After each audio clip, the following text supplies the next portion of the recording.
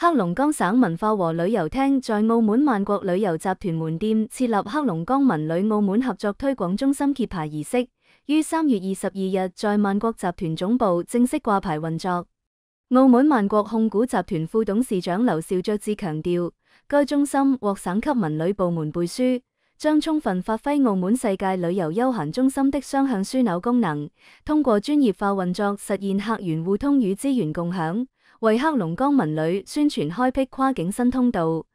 向全球推廣北國風光特色旅遊品牌。哈爾濱冰雪大世界董事長郭宏偉表示，黑龍江省去年冰雪季接待澳門遊客同比激增120%，冰雪奇觀家、森林康養特色產品線深受境內外旅客追捧。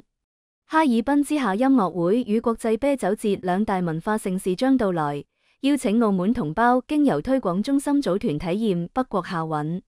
該中心將常態化開展旅遊諮詢、線路策劃等服務，聯合研發融合冰雪運動、生態療養、邊境風情的一程多站精品路線。